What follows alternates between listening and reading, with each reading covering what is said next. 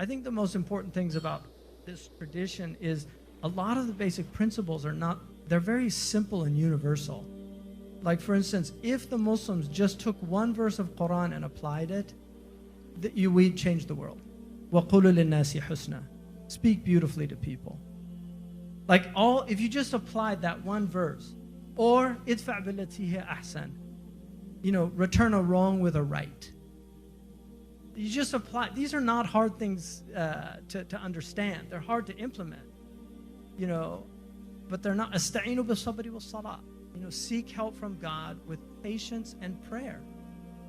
There's so many principles in the Quran like that. So I think it's important to recognize that this religion is multi-layered. At the highest level, you're dealing with some of the most sophisticated thought in human history. Our theology is very deep. It's very complex. It has profound metaphysical foundations, and then at the same time, it can be understood by very simple people. And I'll give you one example of that. I was in Morocco and I was at a gas station. Somebody was filling gas, and I had a turban and a jalaba on. So this man thought that I was learned or something. So he came up to me. He was a gas station attendant. And he was a young man. He said, I'm studying at the university. I do this but he said, I have a philosophy teacher. And he's really confused me. I said, what did he say? He said that, everybody says, God created this, God created that. But it begs the question, who created God? And so I told him a hadith in Sahih Muslim that the Prophet ﷺ said, "La yazalu nas yatasa'alun." People will continue to philosophize. That's what philosophy is, asking questions. And they'll say, who created this? And the answer is Allah. And who created this? And the answer is Allah. Until somebody will say, who created Allah? And he said, if you hear that, say, I believe in Allah. And so I told him that hadith. I saw the inshirah in his heart. I saw it on his face. His whole face changed. And he said, Jazakallah khairan farajta anni. And he just said, Amantu billah. And that's the beauty of guidance. Like the Prophet's it's a very simple statement. But what the Prophet was essentially saying was, you can't think beyond the unthinkable. There's a famous mathematician called George Cantor. He has Cantor's theorem, which says that the whole can be greater than the part. Right? Well, Cantor believed that you could have an actual infinity, which Aristotle said you couldn't. And most mathematicians say you can. So Cantor said if you have an actual infinity, the even numbers could be equal to the odd numbers. So he said, so the part can be equal to the whole, right? That's Cantor's theory. Cantor ended up in a straitjacket, literally in an insane asylum. He went mad. Why? Because he contemplated infinity. The Prophet said, "La tafakkuru fillah." Do not think about God, but think about the gifts of God. Because if you start thinking about God, the word in Arabic, ilah, is from walaha, which is to bewilder or confuse. Right? You can't think about God. All you can think about is the attributes of God and the gifts of God. But to actually contemplate the essence of God is haram. It's just you can't do it because you will go mad. This seems to get to the limitations of the rational mind. It certainly has its place, its function, right. But ultimately it's the heart that that's where belief is. Yeah. I mean, look, scientists, they have belief too. They never talk about it. Their belief is in the order of the universe because all their science is based on the assumption that the universe is orderly, that these laws will actually work. I mean, Einstein, his laws, E equals mc squared, is based on the idea that you can measure energy, you can measure mass, and you can measure the constant, right? But what Einstein said is the only thing that he finds unintelligible about the universe is its intelligibility. That's somebody who, we know why it's intelligible, because God made it to correspond with our minds. And that's why a believer's knowledge, irrespective of what faith you're in, and I'm not a perennialist, but irrespective of what faith you're in, you are advantaged over a materialistic scientist because all he can determine is how. We know why. And that's a great gift because why is at the essence, its purpose. Like, why are we here? Where did we come from? Where are we going? What's going to happen when we die? And one of the most amazing things about prophets is, unlike philosophers, every single philosopher that comes disagrees with his teacher. Every single one. Like Aristotle said about Plato, I love Plato, Plato's a friend, but the truth is a greater friend. So I have to disagree about these archetypes, right? You look at every single one of them. They disagree with their teachers. With rare exception, I'm talking about the great philosophers. All the prophets say the same thing. Every single one of them. How did they do that? Why do they all say there's a day of judgment? Every Jewish prophet that came, none of them decided, oh, you know what? I disagree with Isaiah. None of them. And the Prophet ﷺ confirmed the previous revelations. Jesus said there's a day of judgment. He said you're going to be raised up. You're going to be resurrected. Moses said you're going to be resurrected. All of them said the same thing. The day of judgment is coming. So that's an amazing thing. So I think Muslims, we have to recognize what a gift we have. And then the other thing that we have, and again, people need solace. And religion is the essence of worldly solace. If you don't have religion, you're going to have to find something to opiate the pain of being in the dunya. And I just spoke to a lady today who's losing her 13-year-old child. This is dunya. This is a very difficult place to be in. And Allah says, وَلَنَبْلُوَنَّكُمْ بِشَيْءٍ مِنَ الْخَوْفِ وَالْجُوعِ وَنَقْصٍ مِنَ الْأَمْوَالِ وَالْأَنفُسِ وَالثَّمَرَاتِ وَبَشِّرَ الصَّابِرِينَ. We will test you with something of fear and hunger and loss of life and property. So give glad tidings to patient ones. Imam Zamakhshari in Al-Kashaf says, be shay'in, because whatever tribulation you have, it could be greater. You lost one child, you could have lost all your children. You lost one arm, you could have lost both arms. It could always be greater. But then he says, but Allah is warning you. We will test you.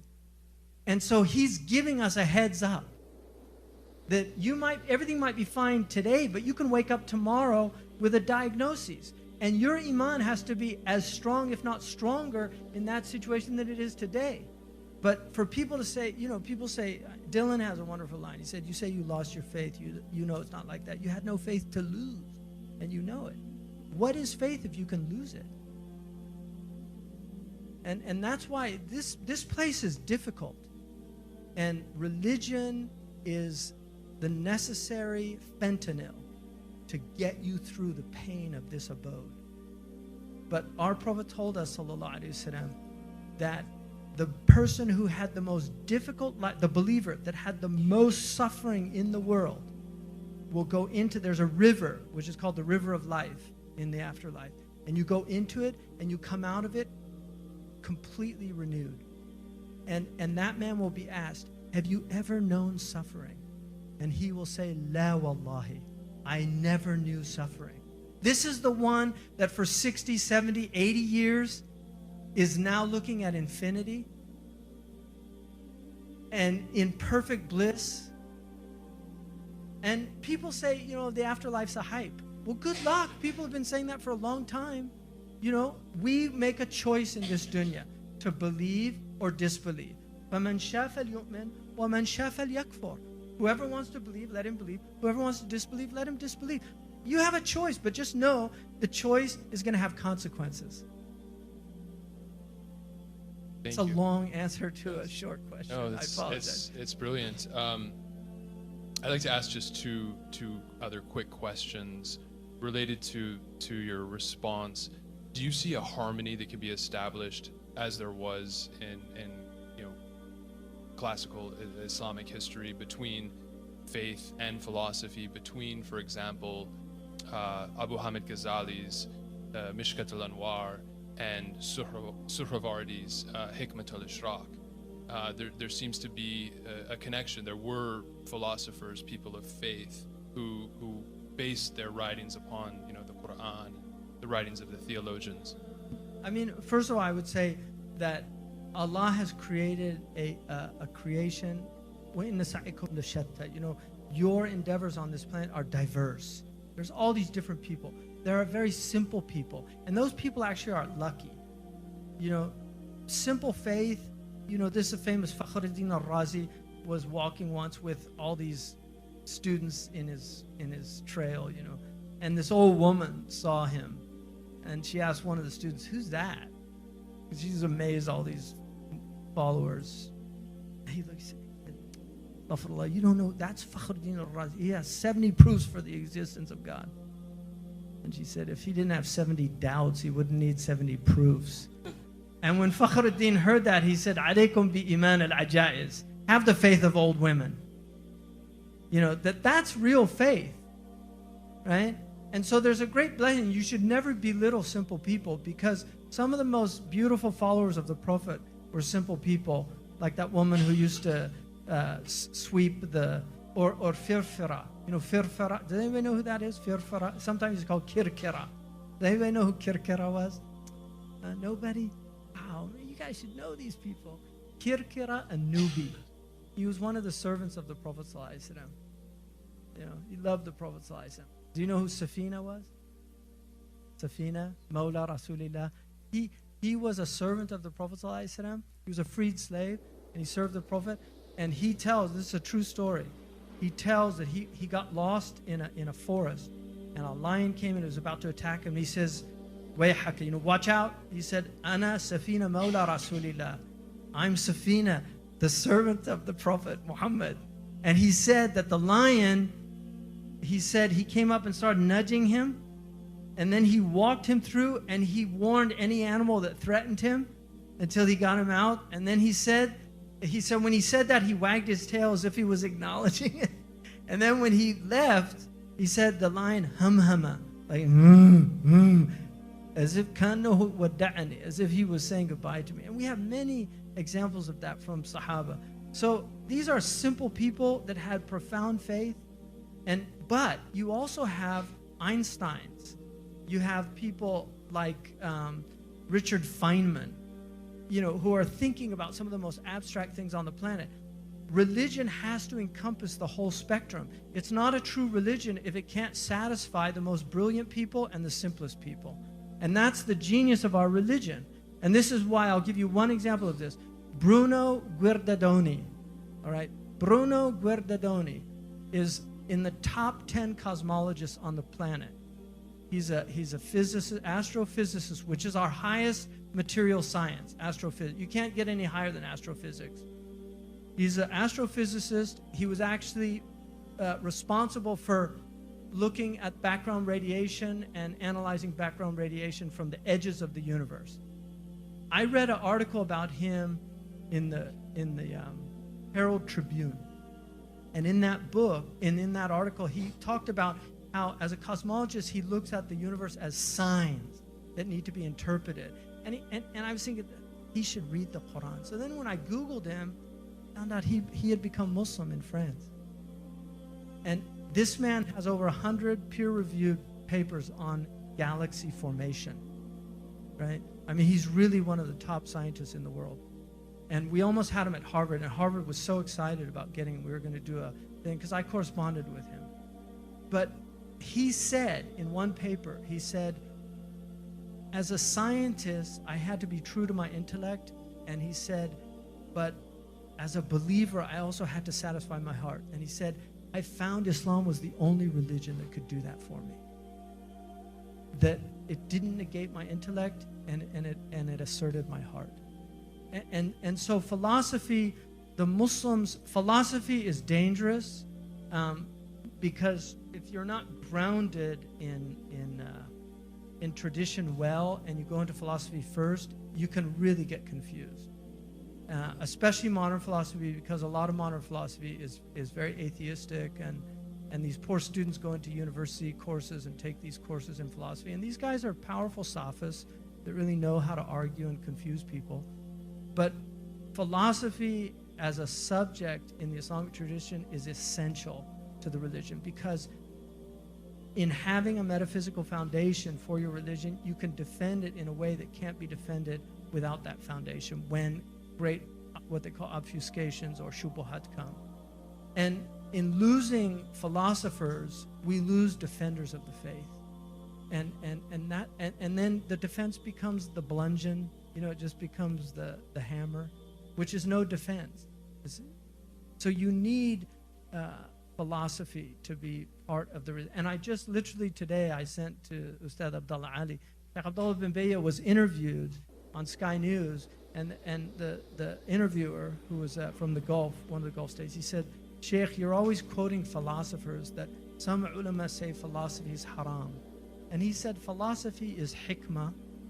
And he said philosophers are men, and they sometimes have wisdom that we can benefit from. And he said, the Prophet ﷺ said, "Al-hikmatu dalatul mu'min." Wisdom is the lost property of the believer. Wherever he finds it, he has more right to it. And so there's great wisdom in philosophy. There's great wisdom in poetry. I mean, poetry is one of the great art forms of Muslims, and that's why people like Amir Suleiman are so important, because that art form is it's a sign that we're maintaining our humanity. If you have a culture that doesn't have poets, you're in big trouble. Really, because poets, what they're doing is they're using language as the art form, and language is the highest thing that we have as a species. And this is why the Quran is words. And there are many beautiful art forms, but we share those art forms with most other creatures. I mean, beavers build extraordinary dams that are a marvel to look at. Bees make beautiful works of art. They're tessellated honeycomb, beautiful hexagrams. But the poet, his art form is the gift that God gave us. Ar-Rahman, he taught human beings how to articulate. And this is the great gift. And that's why our community was always a community of language. And you cannot understand language at the deepest levels without having a philosophical foundation for the languages, which is why we had great grammarians, we had great rhetoricians, and if you study them, they were profound philosophers of language. Really. And Noam Chomsky's coming next week. And if you're here, is it next week? He'll be here October 26th. Ask him about the Arab grammarians, because Noam Chomsky knows Arabic. And there's a Palestinian Arab who wrote a PhD dissertation, which I read. Dr. Omar had, I gave it to Dr. Omar. The PhD dissertation showing that a lot of his theories were actually preceded by Iraqi grammarians in the 4th century. Right, yeah. So, yeah, and metaphysics is the first science because it's the science of first principles. And you have to have a metaphysical foundation. The Quran has many metaphysical implications, but because it's a revelation, it's not a book of philosophy, but embedded in it is a metaphysical perspective that has to be drawn out. And I'll just, to give you one example, there are two ways to look at the world. One is that the world is evil by its nature, and there's all these horrible things that happen in the world. And the other is to see the world as a testing ground for your own spiritual growth. Because things are going to happen that are very troubling in your life. But the Quranic perspective is that he does these things in order for you to grow. And so the believer grows by it, and the disbeliever is stunted by it. And that's the difference. That's a metaphysical understanding that if you don't have that, the world will confuse you to no end. Thank you for that, Sheikh Hamza. The last I'll just briefly ask one last question, and I think you've alluded to this in your talk.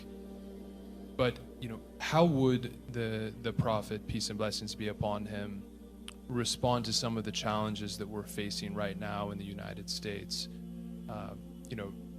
Racism, sexism, tribalism, but in particular war as well, which I think is at the root of a lot of our problems. Wars abroad. How can we grow as a community here while at the same time being concerned about what's happening overseas? I mean, first of all, the Christians have this thing, what would Jesus do? Like, that's a evangelical principle. They always ask, what would Jesus do in this situation? We know what the Prophet ﷺ would do in any given situation, because no prophet is more detailed historically than our prophet. So we know how he dealt with all these various situations that he found himself in. And I would argue, one, that the Prophet ﷺ dealt with all the major human problems that we should be concerned with in the farewell address. The farewell address, which is recorded in a few different iterations, but essentially deals with economic injustice, which is based on usury. And usury is one of the biggest problems on the planet, and nobody wants to talk about it. It's just amazing.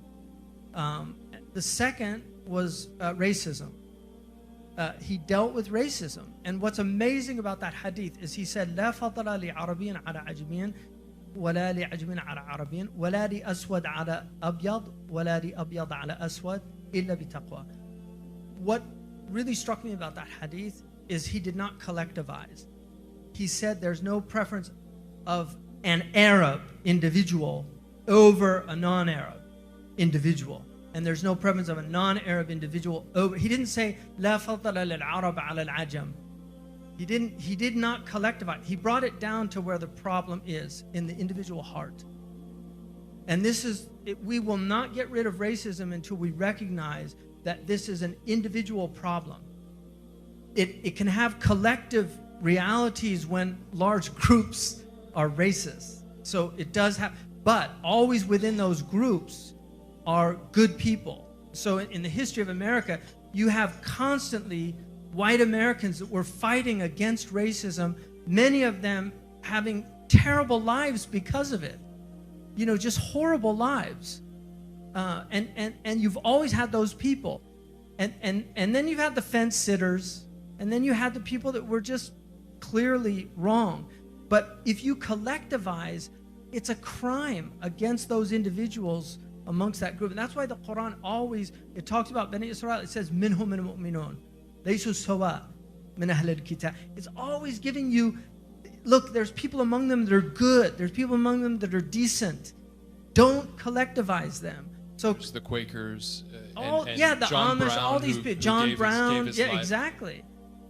So this is really important. And then he said there's no preference of a white man over a black man, or a black man over a white man. He went both ways.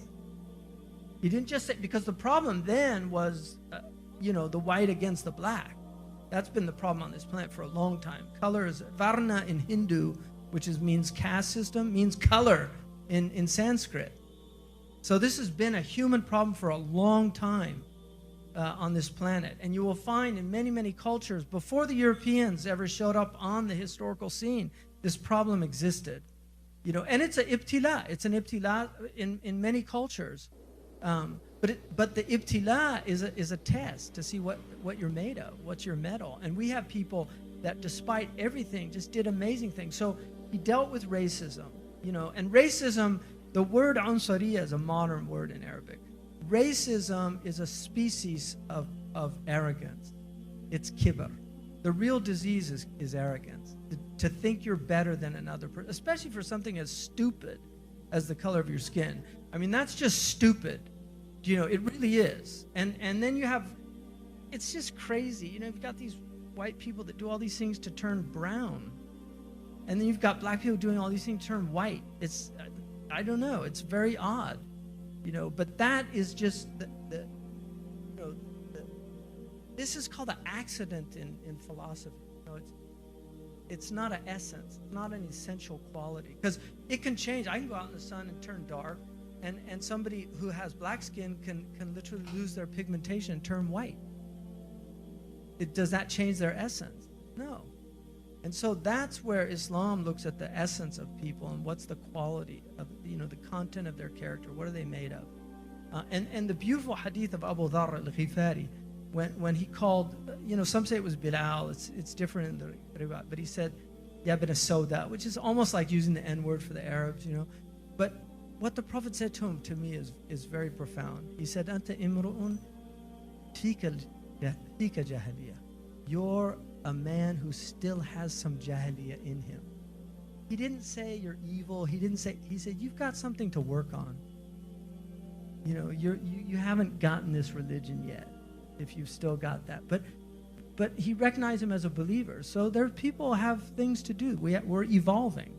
And we have to allow for people to evolve. The idea that somebody was a racist 30 years ago and that means he's a racist today, that's criminal. It's criminal because people evolve. And so that's it. And then he dealt with sexism. And he said, your women are in a compromised situation. And women are compromised. People don't like that fact, but when societies break down, it's the women that suffer. You look at the Yazidi women, they were just dragged off. The men were killed and the women were dragged off. You look at the sexual things that are happening. So most women are physically weaker than men, and that's why rape occurs far more often against women for that reason, because it's hard for them to fight off a strong man. And there's women that could throw me up on that mat there and knock me out and do it. That's true.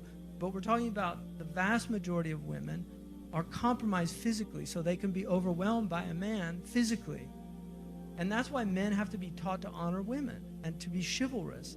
And these ideas of removing this from culture is very dangerous. This whole modern movement against masculinity is very dangerous, because masculinity, there's a reason why men are meant to have masculinity.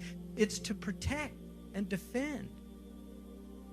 These are important qualities, and this idea of just removing that from society, it's anti-fitra, and it belies inherent impulses in the most noble qualities of human beings. So, but we should see the equality of men and women before the law, before God. And intellectually, there are many women that are far smarter than most men, and vice versa. It goes both ways. Intellect is very close. The difference between male intelligence and female intelligence, by and large, is negligible. It really is, and that's been proven. Women are perfectly competent at learning anything that the vast majority of men can do. There is, however, a very small select group of mathematical geniuses that tend to be male. That's just a fact, that in spatial reasoning, you have a very small select group. But that's not men. That's just a select group. I mean, they're literally could probably fit into this room on the planet. So what, men go around boasting we're smarter than women because of that? It's just stupid. These are stupid. Be the ones that go insane thinking about infinity. Exactly. Yeah. So, and then finally, the last thing in that farewell address was he talked about the manipulation of nature, which was the intercalation. Taking the natural order of the calendar and changing it. And manipulation of nature is another threat to our species, what we're doing now with all these manipulating genetics and things like that. So I think he summed up all the major problems on the planet: economic injustice, which is class warfare; racial injustice, which is racial warfare; and then gender injustice, which leads to gender warfare. And we have to avoid these wars, because they're not wars we want to fight. They're wars we want to prevent. And we can only prevent them by bringing these prophetic truths and getting larger and larger numbers of people to commit to them. Thank you so much, Sheikh Hamza.